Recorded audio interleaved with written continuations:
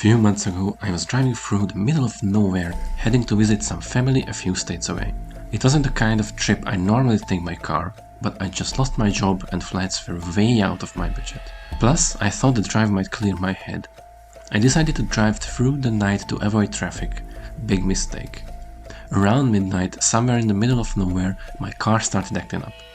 The engine light flickered on and the whole thing began to sputter like it was on its last legs. I pulled over to the shoulder, trying not to panic. There wasn't much out there, just trees and a dark, empty highway.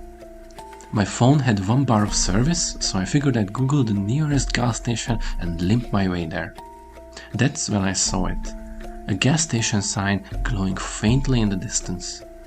It was one of those old school signs with a neon outline and it flickered like it hadn't been serviced in years. The thing was, I hadn't noticed it earlier even though I'd been driving on this same stretch of road for a while. At that point, I didn't care.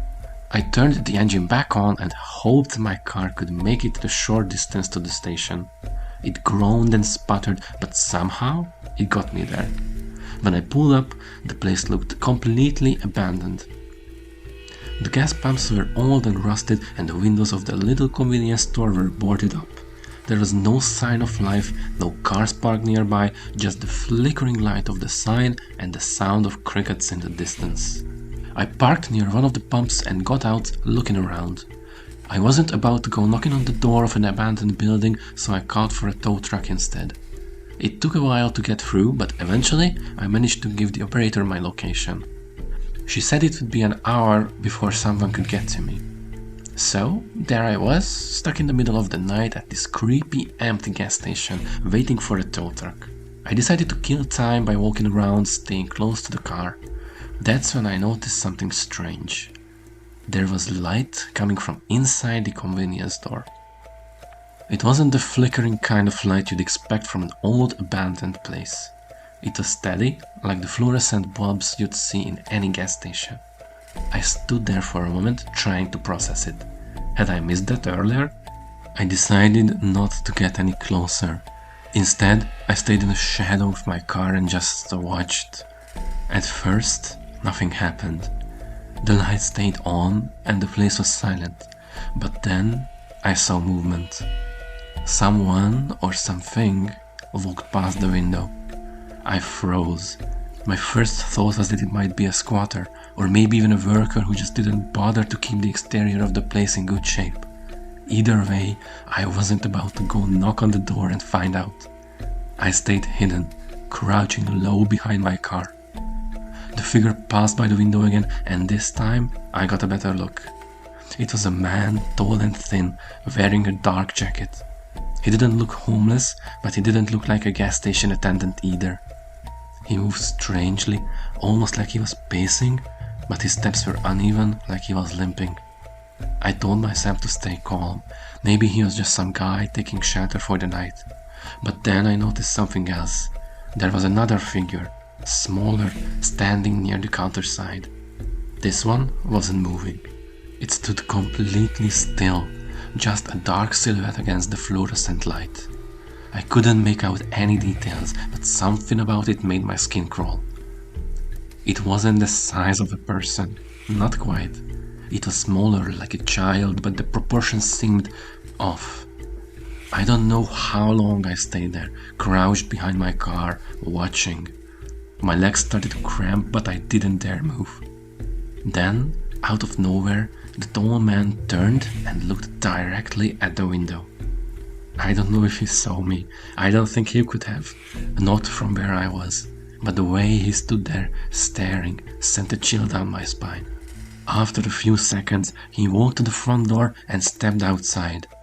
I held my breath, staying as still as possible. The man didn't come toward me. Instead, he just stood outside the door, looking around like he was searching for something. Then, he did something that still gives me nightmares. He tilted his head back and started laughing. It wasn't a normal laugh, it was high-pitched and frantic, like he was on the verge of losing his mind. The sound echoed through the empty gas station, and I swear it felt like it was getting closer, even though the man hadn't moved. I couldn't take it anymore. I crawled back into my car, keeping low, and locked the doors. My hands were shaking so badly I could barely grip the steering wheel. I just sat there, waiting, hoping he'd go back inside. Eventually, he did. He walked back into the convenience store, the door swinging shut behind him. The laughter stopped, and the place went silent again. I stayed in my car until the tow truck arrived. When the drivers showed up, I nearly jumped out of my skin. He knocked on my window and I quickly rolled it down, trying to act normal.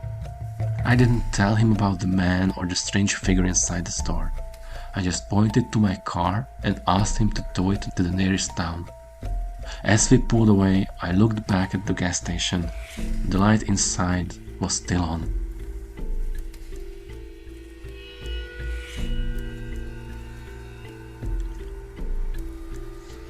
So, this happened last month and I'm still trying to process it. I've been using Marketplace for years to buy and sell stuff, and while I've had the occasional sketchy experience, nothing ever came close to this. It started when I was looking for a used gaming chair. I've been upgrading my setup, but I didn't want to spend too much money. After scrolling through listings, I found one that was perfect, barely used, and the price was almost too good to be true. I messaged the seller, a guy named Dave, and we chatted back and forth. He seemed normal enough, said he worked late shifts and could only meet in the evening. That was fine with me since I work during the day anyway.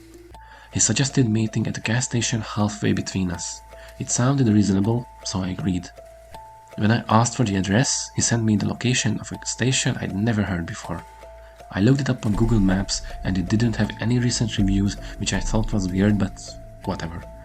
I assumed it was one of those small town places that don't get much traffic. The day of the trade, I drove out there just after sunset. As I got closer, the area started to feel off. The roads were narrow and barely lit, and there were no other cars around. When I finally pulled up to the gas station, my stomach dropped. The place was a mess. It was obviously abandoned, rusted pumps, cracked pavement, and graffiti all over the walls. The only thing that still worked was the flickering light above the old sign. I almost turned around and left, but then I saw another car parked near the pumps. It was an older sedan, not too beat up, and sitting in the driver's seat was a guy who looked completely normal. He got out when he saw me pull up, and I immediately felt a little better. He was around my age, wearing a flannel shirt and jeans, totally average.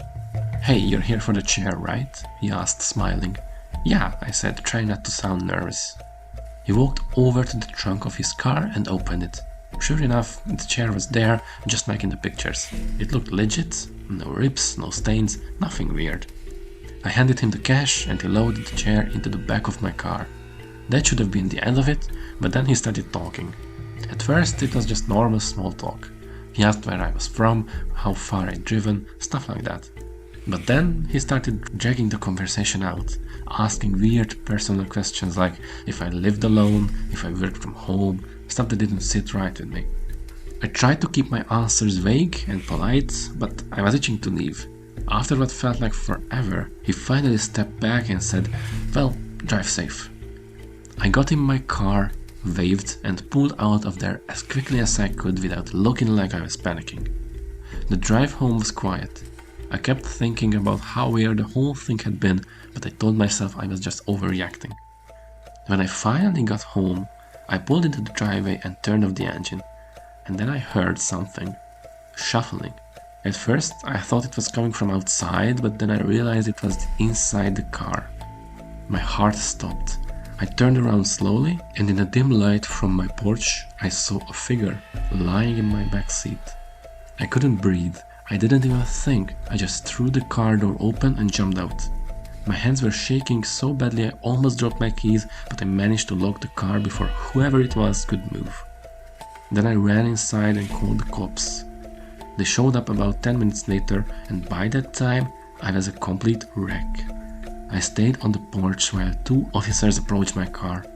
One of them opened the door and the other immediately shouted, "Hands where I can see them." They pulled out a guy who looked like he hadn't showered in weeks. He was greasy, pale, and wearing clothes that were way too big for him. And he had a knife. The cops searched him and found a few other things: a rope, duct tape, and zip ties. I felt sick. When I questioned him, he wouldn't say anything except that he'd needed a ride.